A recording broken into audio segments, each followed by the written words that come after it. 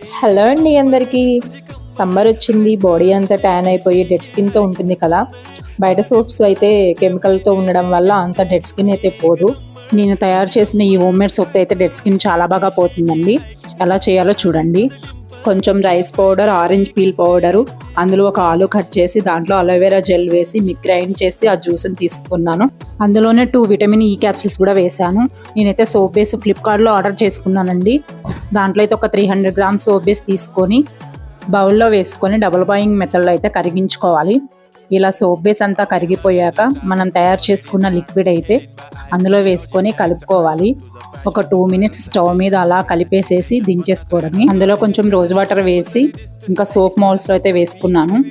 ఇంకా అలా సోప్ మౌల్స్లో వేసి నైట్ అంతా అలా ఉంచేసానండి. సోప్స్ అయితే చాలా బాగా వచ్చాయండి. ఎందుకంటే నేను సోప్ వాడాకనే ఈ వీడియోని పోస్ట్ చేస్తున్నాను. నా వీడియో కనుక నచ్చితే లైక్ అండ్ సబ్స్క్రైబ్ చేయండి.